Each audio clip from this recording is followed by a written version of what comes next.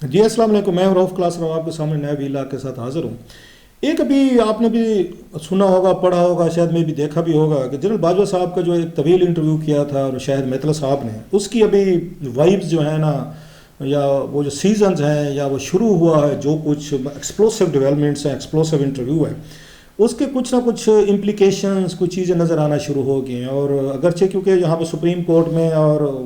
Parliament میں بہت بڑی ڈیولپمنٹس ہو رہی تھیں، تو لہٰذا جنرل باجوہ صاحب کے انٹرویو کی تیسری جو ہے اس طریقے کے وہ کیپچر نہیں کر سکی اس کو، لوگوں کے اٹینشن کو۔ میں نے وجہ بتا دی کہ یہ مطلب آگے ڈیلی بیسس پہ اتنا کچھ ہو رہا ہوتا ہے کہ لوگ پھر اس کو ریٹین نہیں کر سکتے، ریٹینشن نہیں رہتے، پھر پرائرٹیز اس میں چلی جاتی ہیں۔ سو جنرل باجوہ صاحب کی جو ریسنٹ تیسری قسط ہے یہ، وہ اس طرح کا میڈیا میں ڈومینیٹ نہیں ہوئی، باتیں انہوں نے بڑی اہم کی ہیں، باقی چلیں چھوڑ دیتے ہیں، میں اس میں نہیں جاتا، آپ نے پڑھ لی ہوں کہ میں رپیٹ کر کے آپ کو وہ بور نہیں کرنا چاہتا۔ میرے لیے ایک چیز بڑی ایک اس میں دلچسپ سٹڈی ہے جو آپ کے لیے بھی ہو سکتی ہے کہ جنرل باجوہ صاحب یہ کہتے ہیں کہ ہم عمران خان کے بہت بڑے فین تھے، ہم انصافین بنے ہوئے تھے، ہم ان سے بڑی امیدیں لگا کر بیٹھے تھے کہ بہت کچھ ڈیلیور کریں گے، پوری فوج کے جنرلز کا انہوں نے جو اس وقت ملٹری کمانڈ تھی، بیسکلی تو وہی کہتے ہیں کہ آرمی چیف جو ہوتا ہے وہی سب کچھ ہوتا ہے۔ سو ان کو یہ لگتا ہے کہ ہم نے بڑی توقعات رکھیں، بہت بڑا ان پہ ہم نے انویسٹمنٹ کی، کام کیا، لڑائی جھگڑے جو بھی تھے حکومتوں سے کیے، اور ان کو آگے لانے کے لیے عدالتوں میں بھی ان پہ الزامات لگتے ہیں جو انہوں نے کہا جنرل فیض کر رہے ہیں کہ سپریم کورٹ سے میں نہیں کر رہا تھا، پھر اپنا انٹریکشن بتایا نواز شریف صاحب سے کیا ہو رہا تھا، وہ علیحدہ ہے۔ سو ان کو یہ فیل ہوتا ہے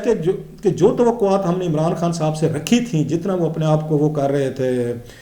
اپنا پروجیکٹ کر رہے تھے، دعوے کر رہے تھے، اور ہم اس میں بہہ گئے تھے، ان کی محبت میں، ان کے فین بن چکے تھے، فین کلب انہوں نے خود کہا کہ ہم فین بن چکے تھے، تو وہ توقعات پوری نہیں ہوئی، اور 2.5 سے 3 سال بعد انہیں فیل ہوا کہ یار ہم تو غلط گھوڑے پہ ڈربی ریس میں ہم تو پیسہ لگا بیٹھے ہیں، یہ تو گھوڑا ڈربی ریس کا ہے نہیں، یہ تو وہ ڈیلیور ہی نہیں کر پا رہے، بلکہ ہمارے لیے مسائل پیدا ہو گئے بہت سارے۔ سو ان کو وہ اپنے آپ کو جسٹیفائی کر رہے ہیں کہ عمران خان صاحب کو 3.5 سال بعد ہٹانے میں اگر وہ الزام لگاتے ہیں کہ آرمی نے ساتھ نہیں دیا تو کیوں نہیں دیا، سو ہی از اگین جسٹیفائنگ۔ اور عمران خان صاحب کے باقی ان کی کمزوریاں جو ہیں، ان کی انٹلیکچوئل ہو سکتی ہیں، پولیٹیکل ہو سکتی ہیں، پرسنل ہو سکتی ہیں، جو بھی تھیں، سو انہیں فیل ہوتا ہے کہ ہمارے ساتھ دھوکا ہوا ہے، خان صاحب نے ہمیں جو انہوں نے پرومس کیا تھا ڈیلیور نہیں کیا، that's on his side of the story. اس پہ آتے ہیں وہ کیا کیا چیزیں تھیں۔ ادھر دوسری طرف عمران خان صاحب کو سنیں، وہ مسلسل پچھلے 1 سال سے وہ یہی الزام جنرل باجوہ صاحب پہ لگا رہے ہیں کہ جناب جنرل باجوہ صاحب نے میرے ساتھ دھوکا کیا، میرے ساتھ انہوں نے سٹیب کیا، میرے ساتھ انہوں نے زیادتی کی، جو میں نے ان سے توقعات رکھی تھیں وہ نہیں پوری کر سکے۔ سو اب اس میں آپ دیکھیں دونوں سائڈ سے ایک دوسرے کے خلاف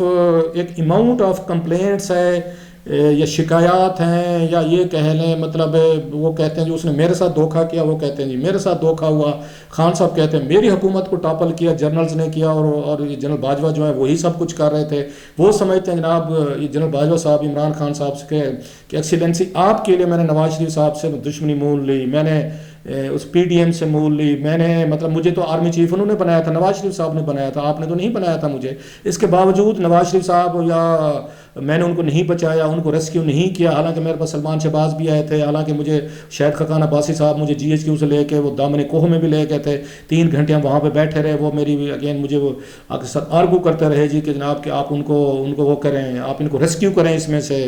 یہ پاناما میں سے۔ تو میں نے کہا جی میں کیسے کر سکتا ہوں، میں نے 3-4 مشورے بھی دیے میاں صاحب کو، ایسے کر لیں، استعفیٰ دے دیں، اگلے سال الیکشن ہے بچ جائیں گے۔ سو انہوں نے کہا جناب کہ میں نے اس کے باوجود میرا یہ خیال تھا کہ میرے اوپر طے ہو چکا تھا کہ اس ملک کو اگر وہ ڈیلیور کر سکتا ہے، اوورسیز پاکستانیز ہیں وہ بڑا عمران خان پہ ٹرسٹ کرتے ہیں، انٹیگریٹی ہے ان کا، ابھی تک اس وقت تک 2018 تک ان کا وہ جو ہے ان کا کیریئر، پولیٹیکل کیریئر بے داغ ہے، حکومت میں نہیں رہے، کوئی کرپشن کے الزامات نہیں ہیں، کوئی پرسنل ان پہ اس طرح کے سکینڈلز نہیں ہیں، اور ایک ان کا پاکستانی قوم میں بڑا اچھا ایک امیج ہے کہ ہیرو کا کہ جو ڈیلیور کرتے ہیں، ہاسپٹلز بنائے، چیریٹی بنائے، سو he was a full package ان کے نزدیک، ماشاءاللہ خوبصورت ہیں، ہینڈسم ہیں، اور اپنے آپ کو فٹ رکھا ہوا ہے، اور ملک کی محبت میں گرفتار ہیں، پیٹریاٹک تقریریں کرتے ہیں، پاکستان کو بہت بڑی پاور بنانا چاہتے ہیں۔ سو ایک پیکج بن گیا، اس پیکج کو انہوں نے کہا جی ہم نے بائی کر لیا، کہ ہاں جی خان صاحب نے سیلیکٹ کیا، ہم نے بائی کر لیا، لیکن وہ کہتے ہیں وہی والی بات کہ کچھ اس میں سے نکلا نہیں ہے خان صاحب۔ اب ان کی کیا سائڈ آف دا اسٹوری، سے پہلے میں عمران خان صاحب کی سائڈ آپ کو بتاؤں کہ وہ کیوں فیل کرتے ہیں کہ میرے ساتھ دھوکے ہوئے۔ وہ یہ سمجھتے تھے کہ خان صاحب کا جو مین ہم نے اگر لانے کے ریزن تھی وہ اوورسیز پاکستانیز تھے، نمبر 1، کہ وہ ان سے پیسہ لائیں گے, انویسٹمنٹ لائیں گے اور وہ یہاں پہ ریمیٹنسز دیں گے, اور پاکستان کو سب سے بڑا جو بحران ہے ڈالرز کا وہ ٹھیک ہوگا, نمبر ایک. دوسرا یہ تھا کہ وہ جا کے اس پہ عالمی فورمز پہ اچھے طریقے سے پاکستان کا point of view specially against India یا کشمیر جو ہے نا وہ پریزنٹ کر سکتے. اور ہمارے پاس ایک ایسا لیڈر آ جائے گا جو پوری دنیا میں پریزنٹیبل ہوگا, ہینڈسم ہوگا, بات کر سکے گا کانفیڈنٹ کے ساتھ, انگلش بولنے کا مسئلہ نہیں, پرچہ نہیں پڑھنے پڑے گی. یہ ویسے میں بات کہہ رہا ہوں, انہوں نے تو نہیں کی کہ پرچی نہیں پڑھنی پڑے گی, اور بیٹھ کے ہمیں کوئی ہیومیلیشن نہیں فیس ہوگی کہ ہمارے وزیر اعظم جاتے ہیں دوسرے لیڈرز کے مقابلے میں سینس آف انفیریٹی کا اس کا شکار ہوتا ہے, احساس کمتری کا ہوتا ہے. کم از کم ہماری قوم اور ہم احساس کمتری سے نکلیں گے. ایٹ لیسٹ بھٹو صاحب کے بعد کوئی ایسا لیڈر ہے جس کو پریزنٹ کیا جا سکتا ہے. بے بھٹو صاحب بھی تھی لیکن ان کے اپنے مسئلے ہو گئے تھے, لہٰذا وہ سائڈ پہ ہو گئے. لیکن ہوا کیا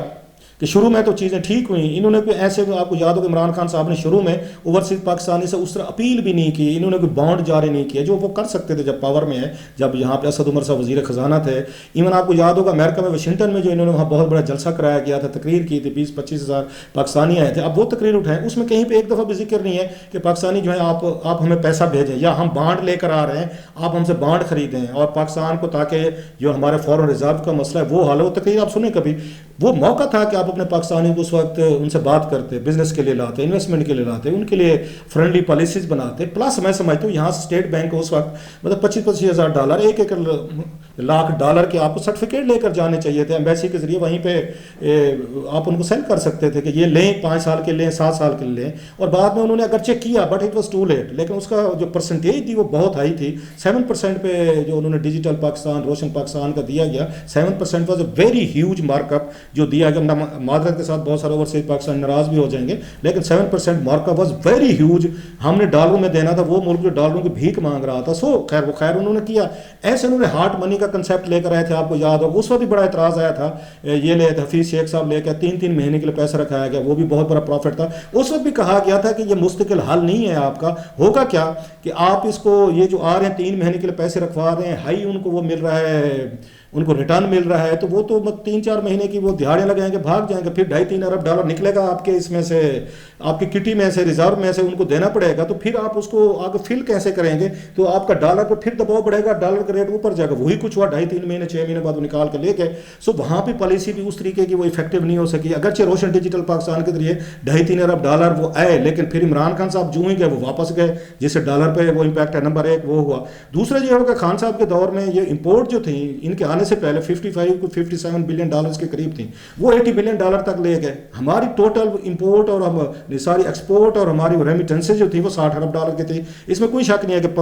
اس میں 5-6 ارب ڈالر جو ایکسپورٹ بڑھے ہیں جب آپ نے ڈالر کو اوپر گئے ہیں, روپیز کو ڈی ویلیو کیا ہے, وہ ہوئی ہیں. آپ کی ریمیٹنسز بھی عمران خان صاحب کے دور میں اس میں بڑھی تھی, لیکن 60 ارب ڈالر ٹوٹل بنتے تھے. 61 ارب امپورٹ آپ لے گئے 80 ارب ڈالر تک. آپ کے بہت سارے دوستوں کو آپ نے الاؤ کیا کہ لگژری گاڑی جو ہے وہ چائنا سے منگا کے سیل کریں, اس کے ان کو آپ نے یہاں سے ڈالر آپ نے باہر بھجوائے. ایسے آپ نے 10 ارب ڈالر کے قریب ہمیں فوڈ آئٹم جو ہے وہ منگوانے پڑ گئے. سو یہ ایک سائڈ پہ عمران خان صاحب کی یہ پالیسیز تھیں جو اس کو ہٹ کر رہی تھی اکانومی کو. دوسری طرف کیا ہوا کہ خان صاحب کے جو مین ہمارے ممالک تھے ان کے ساتھ پرابلم آنا شروع ہو گئے. چائنا کے ساتھ ہوا, یورپین یونین کے ساتھ ہوا, سعودیز کے ساتھ,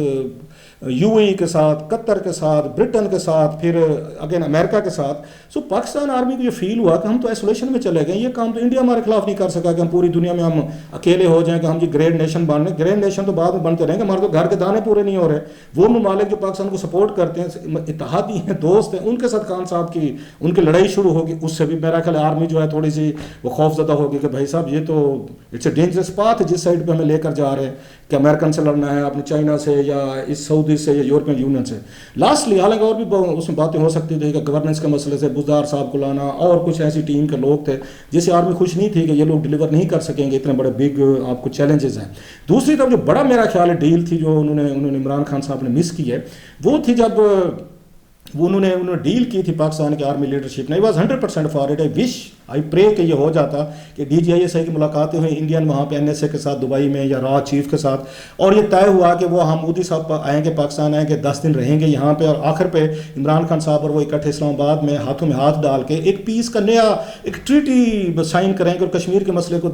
20 سال کے لیے فریز کیا جائے گا, اوپن ٹریڈ ہوگی اور دوستی شروع ہوگی. آئی وش